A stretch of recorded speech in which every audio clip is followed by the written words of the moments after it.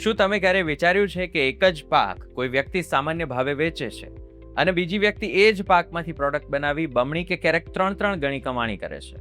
તો સવાલ એ છે કે મહેનત ખેડૂત કરે અને વધારે નફો બીજાને કેમ મળે? આજના સમયમાં ખેતી માત્ર પાક ઉગાડવા પૂરતું સીમિત નથી. વાત છે હવે સ્માર્ટ ફાર્મિંગની અને આ સ્માર્ટ કમાણીની. પાક કાપ્યા પછી તેને પ્રોસેસ કરી, પેક કરી, બજારમાં નવી રીતે પહોંચાડી ખેડૂતો પોતાની આવકમાં મોટો વધારો કરી શકે છે.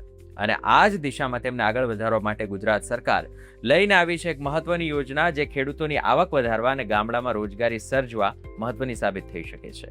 હું છું વિવેક અને તમે જોઈ રહ્યા છો ધ માહિતી શો, જ્યાં સરકારી માહિતી બને છે સરળ, ઉપયોગી અને તમારા કામની.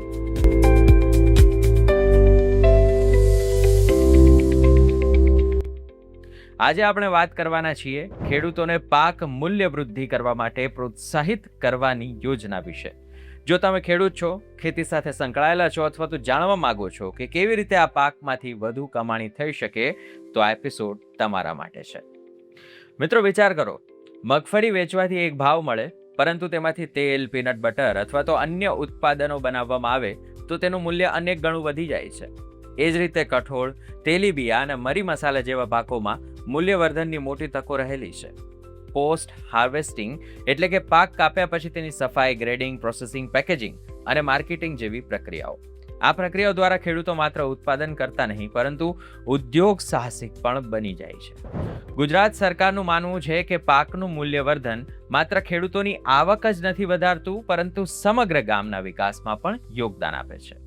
જ્યારે ગામડામાં પ્રોસેસિંગ યુનિટ ઊભા થાય ત્યારે સ્થાનિક લોકોને રોજગારી મળે છે, આર્થિક સશક્તિકરણ થાય છે, પરિવારોની જીવનશૈલીમાં સુધારો આવે છે અને સાથે સાથે સ્થાનિક શિક્ષણ અને વિકાસના સ્તરમાં પણ વધારો થાય છે. આથી સરકાર ગ્રામ્યથી તાલુકા કક્ષા સુધી પાક મૂલ્યવર્ધન યુનિટ સ્થાપવા માટે ખેડૂતોને પ્રોત્સાહિત કરી રહી છે. ખેડૂત મિત્રો, વર્ષ 2026-27 દરમિયાન ગુજરાત સરકારે આ યોજનાને ચાલુ રાખવાનો મહત્વનો નિર્ણય લીધો છે. સરકારે આ યોજના માટે કુલ ₹50 લાખની જોગવાઈ કરી છે, જેથી વધુને વધુ ખેડૂતો પોસ્ટ હાર્વેસ્ટિંગ ટેકનોલોજી અને મેનેજમેન્ટ આધારિત મૂલ્યવર્ધન પ્રવૃત્તિઓ તરફ આગળ વધી શકે. આ યોજના હેઠળ સહાયનું ધોરણ પ્રોજેક્ટ બેઝ પ્રોસેસિંગ યુનિટમાં મશીનરી ખર્ચના 50% અથવા ₹10 લાખ, બેમાંથી જે ઓછું હોય તે બેંક ખાતામાં સીધું જમા થશે.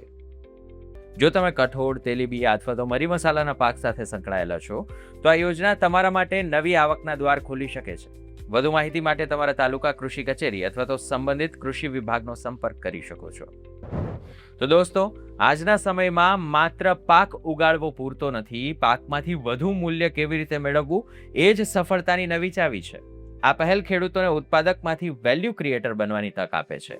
જો તમને આ માહિતી ઉપયોગી લાગી હોય તો આ વિડીયોને તમારા ખેડૂત મિત્રો અને પરિવારજનો સુધી જરૂર પહોંચાડજો અને આવી જ ઉપયોગી સરકારી યોજનાઓ, નવી તકો અને વિકાસની માહિતીઓ જાણવા માટે ધ માહિતી શોને સબસ્ક્રાઇબ કરવાનું ભૂલતા નહીં.